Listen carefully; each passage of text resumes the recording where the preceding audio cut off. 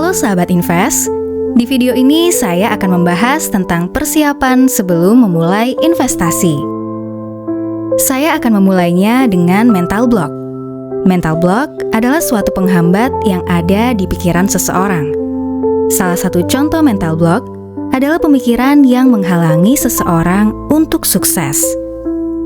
Berbicara tentang investasi, sebagian orang banyak yang berpikir investasi itu sulit dan sering muncul pikiran seperti ini. Pertama, saya tidak punya uang. Kedua, saya masih terlalu muda. Ketiga, saya tidak tahu investasi yang bagus. Keempat, investasi kebanyakan penipuan dan alasan lainnya. Pernyataan pertama yang menarik adalah, saya tidak punya uang. Uang dari mana buat investasi? Investasi adalah kenikmatan yang tertunda. Sedangkan, konsumsi adalah kenikmatan yang dirasakan di awal. Contoh sederhananya, sahabat pergi ke restoran dan memesan makanan. Sahabat menikmati makanan serta terpuaskan, kemudian sahabat membayar. Sekarang mari kita lihat investasi yang sahabat tidak sadari. Sahabat pergi ke sekolah. Setelah selesai, sahabat melanjutkan ke bangku kuliah. Setidaknya sahabat sekolah selama 12 tahun dan ditambah 4 tahun. Lalu, kapan sahabat akan merasakan manfaat dari sekolah yang sahabat lakukan bertahun-tahun itu? Ya, setelah 12 ditambah 4 tahun. Sahabat telah menginvestasikan waktu sahabat untuk belajar. Dan itulah yang pada umumnya kita lakukan.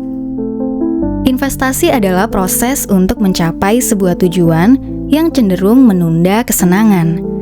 Pertanyaan menarik saat kita membicarakan investasi. Investasi ini pasti untung kan? Saya jawab dengan versi kita sekolah saja. Apakah setelah 12 ditambah 4 tahun menempuh pendidikan, ada jaminan pasti sukses? Tidak ada yang dapat secara pasti menjamin kesuksesan ataupun keuntungan dari sebuah investasi. Namun, keuntungan dalam investasi suatu hal yang dapat kita pelajari untuk mendapatkan potensi kesuksesan yang lebih besar. Tidak punya uang adalah alasan klasik yang sering terjadi. Karena sebenarnya, yang penting dalam investasi bukanlah memulai dengan uang yang besar atau kecil, melainkan memulainya hari ini. Banyak yang berpikir bahwa investasi adalah mainan orang kaya. Jadi, jika kita masih sulit mencukupi kebutuhan hidup, lupakan investasi. Bagi orang awam, investasi itu harus dengan modal yang besar. Dalam investasi, sebagian orang ingin modal yang kecil, namun mendapatkan keuntungan sebesar-besarnya. Celah itulah yang dipakai oleh para penipu. Coba ingat-ingat kasus penipuan yang beredar. Modal kecil, hasil fantastis, cepat, dan aman. Akibatnya mereka mudah termakan iming-iming aneka investasi, bahkan investasi ilegal. Tetapi, kekhawatiran akan penipuan investasi hanya dapat diatasi dengan menambah pengetahuan atas investasi itu sendiri, karena tidak ada hal di dunia ini yang tidak ada penipunya. Logikanya adalah, jika kita berinvestasi dengan modal kecil dan ingin mendapatkan hasil yang besar, diperlukan waktu dan konsistensi. Artinya, modal kecil yang sahabat gunakan untuk berinvestasi dapat bertumbuh menjadi besar dengan waktu dan konsistensi. Contoh sederhananya, apakah sahabat memiliki uang Rp100.000? Iya, bagaimana nasibnya uang itu bila ditabung setiap bulan selama 5 tahun? Ya, uang sahabat menjadi Rp6 juta. Lalu persiapan apa yang saya harus lakukan untuk mulai berinvestasi? Setelah persiapan mental dan psikologis yang telah saya jelaskan sebelumnya, berikut adalah hal-hal yang harus sahabat siapkan. Pertama, siapkan uangnya. Semua orang wajib untuk bisa menghitung keuangan pribadinya. Bagaimana sahabat bisa memulai investasi jika sahabat masih bingung uangnya akan datang dari mana? Langkah pertama adalah sahabat harus memiliki pendapatan. Di sini saya tidak bicara seberapa besar pendapatan sahabat, tetapi hanya persentase yang dibolehkan. Mengapa? Karena uang 1 juta rupiah bagi orang berpenghasilan 100 juta sebulan jelas sangat kecil. Namun 1 juta dari yang berpenghasilan 2 juta itu sangat besar. Besar kecilnya penghasilan sebenarnya bukanlah masalah yang sangat rumit. Yang membuatnya rumit adalah pengeluaran sahabat setiap bulannya. Rumusan dalam memulai investasi sebenarnya sangat mudah. Sahabat bisa menggunakan persentase 30% penghasilan sahabat dialokasikan untuk investasi, 50% untuk kebutuhan hidup sehari-hari, dan 20% untuk keinginan pribadi. Atau sahabat juga bisa membuat persentase sendiri sesuai dengan keuangan sahabat. Kedua, sisihkan pendapatan sahabat untuk investasi di awal. Inilah tantangan terbesarnya. Banyak orang lebih mementingkan hidupnya hari ini dan mempertaruhkan masa depannya. Ingatlah bahwa investasi hari ini adalah untuk kepentingan masa depan sahabat. Sisihkan pendapatan sahabat untuk investasi di awal bulan, jika di akhir bulan cenderung akan habis terpakai. Lalu bagaimana jika hari ini ternyata pemasukan sahabat lebih kecil dari pengeluaran? Terdapat beberapa jalan.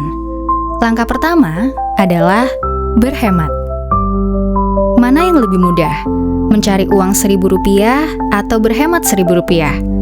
Tentu berhemat Rp1.000, karena uangnya sudah sahabat miliki dan sahabat hanya perlu menahan diri.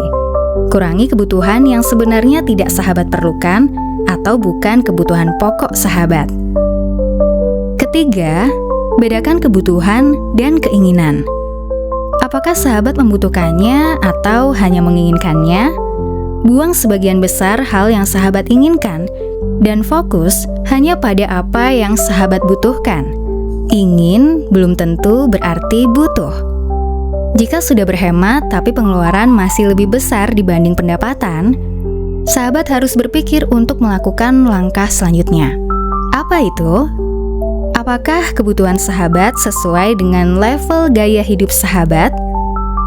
Terkadang ada orang di sekitar kita yang sering membicarakan kekayaan orang lain, berkomentar kendaraan tetangganya yang baru saja dibeli atau hal lainnya.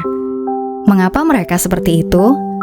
Karena mereka melihat kejenuhan dalam keuangan pribadinya. Dia melihat orang lain bertumbuh, sedangkan dia begitu-begitu saja. Banyak orang yang suka pergi makan di restoran setiap Sabtu dan Minggu ketika ada keluarganya yang ulang tahun. Semua keluarga besarnya diundang untuk makan-makan. Lalu, apa masalahnya? Bagi sebagian orang dengan pendapatan berlebih, hal itu mungkin baik-baik saja. Namun, jika saat ini sahabat masih menata keuangan, lalu terjebak akibat uang sahabat kurang besar untuk diinvestasikan, tentu akan menimbulkan permasalahan. Lihat kembali gaya hidup sahabat. Gaya hidup adalah sebuah kenikmatan. Secara naluriah, kita mencari kenikmatan dan menjauhi kesengsaraan. Jadi, jika sudah menaikkan gaya hidup, akan sangat sulit turun dari kenikmatan yang saat ini sahabat sudah dapatkan. Jika memang ternyata sahabat sudah berhemat dan sudah menurunkan standar kebutuhan sahabat, namun masih juga kekurangan, sahabat harus masuk ke langkah selanjutnya, yaitu perbesar pemasukan dan pertahankan pengeluaran yang telah ada. Inilah langkah terakhir. Kenapa? Ingat kan bahwa masih lebih mudah menghemat Rp1.000 daripada mencari Rp1.000? Sahabat mungkin harus bekerja ekstra atau mencari pemasukan dengan pindah kerja atau apapun strategi yang sahabat mau lakukan demi mencari tambahan penghasilan. Itulah beberapa hal yang perlu sahabat ketahui sebelum memulai investasi. Sekian pembahasan di video ini. Jika ada pertanyaan, sahabat bisa menuliskan di kolom komentar. Jangan lupa like dan subscribe jika sahabat suka dengan video ini. Semoga bermanfaat dan sampai jumpa di video selanjutnya.